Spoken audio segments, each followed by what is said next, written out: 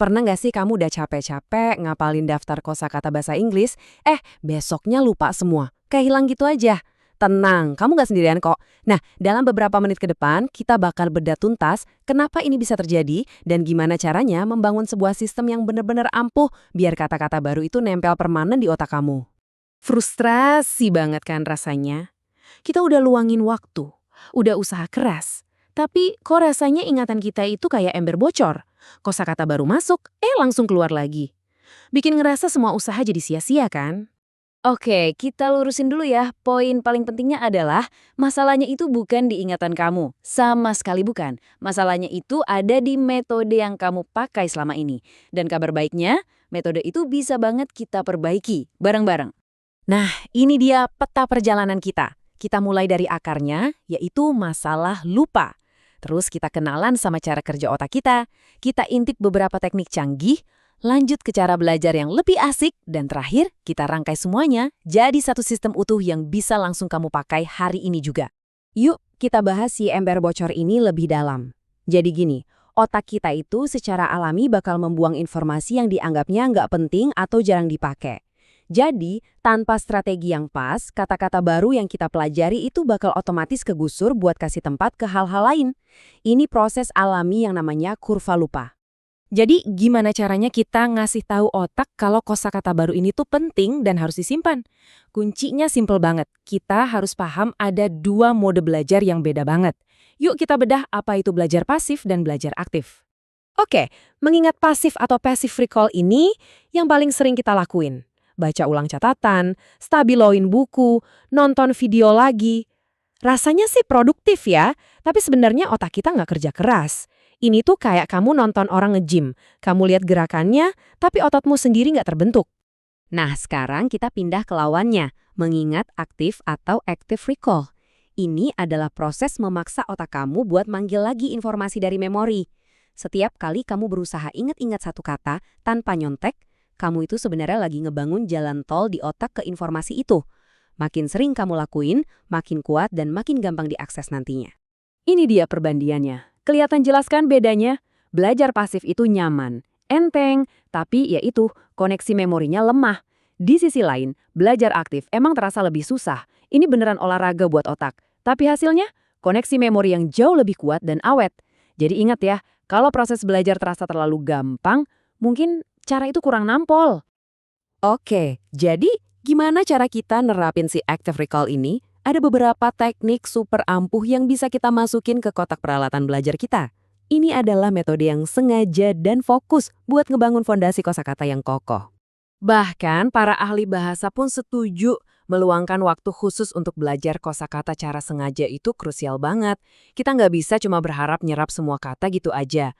Pembelajaran yang fokus dan aktif itu kuncinya, apalagi buat kata-kata dasar. Teknik pertama namanya space repetition atau pengulangan berjarak. Ini jenius banget. Metode ini bukan yang ngelawan cara kerja otak, tapi justru bekerja sama dengan kurva lupa alami kita. Dengan mengulang sebuah kata tepat di saat kamu hampir lupa, kamu ngasih sinyal ke otak, "Woi, info ini penting, jangan dibuang."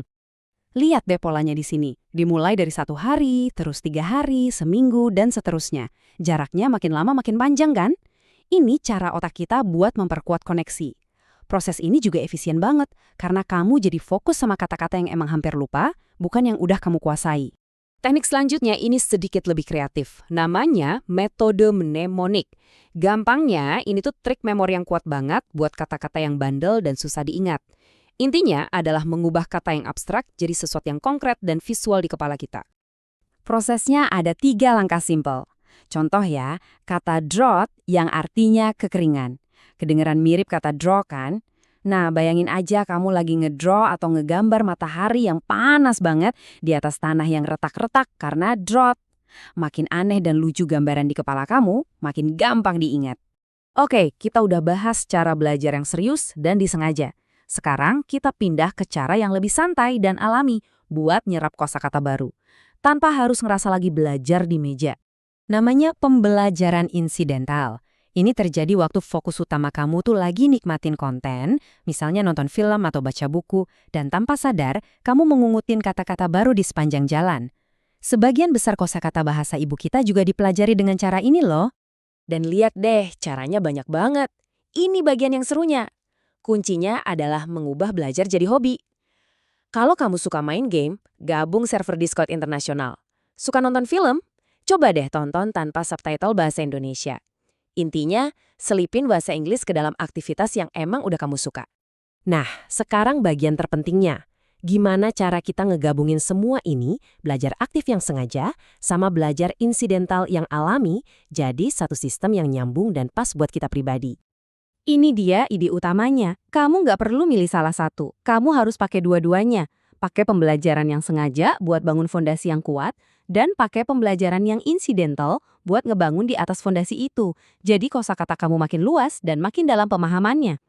Terus mulai dari mana belajarnya? Nih, mulai dari 1.000 kata yang paling sering dipakai. Dengan menguasai kata-kata ini aja, kamu udah bisa paham sekitar 80% percakapan sehari-hari dan tulisan umum. Ini investasi waktu yang efisien banget. Tentu aja, ada banyak aplikasi gratis yang bisa ngebantu. Duolingo, oke buat dasar-dasarnya. Memrise, nah ini cocok banget buat ngerapin space repetition. Mau praktek langsung? Ada HelloTalk yang nyambungin kamu sama penutur asli. Ini gabungan belajar aktif dan insidental yang sempurna. Terus ada Grammarly buat ngasah tulisan. Masing-masing punya perannya sendiri-sendiri. Dan ini poin pentingnya. Nggak ada satu aplikasi yang terbaik buat semua orang. Coba tanyakan diri sendiri. Fokusku sekarang apa? Bangun kosakata dasar? Atau latihan ngobrol? Pilih alat yang paling tas sama tujuan kamu saat ini. Jadi, ini dia rangkumannya. Sistem lengkap kamu dalam 5 langkah praktis. Fokus ke kata-kata inti pakai teknik aktif. Otomatiskan jadwal ulang kamu, nikmatin konten bahasa Inggris, latihan ngobrol, dan yang paling penting, lakuin secara konsisten. 15 menit setiap hari itu jauh lebih dahsyat daripada 2 jam sekali seminggu. Pada akhirnya, semua metode dan sistem ini nggak akan ada artinya tanpa aksi. Jadi, aku mau ninggalin kamu dengan satu pertanyaan simpel. Bukan buat besok, bukan buat minggu depan. Apa satu kata baru yang bakal kamu taklukkan pakai metode aktif hari ini juga?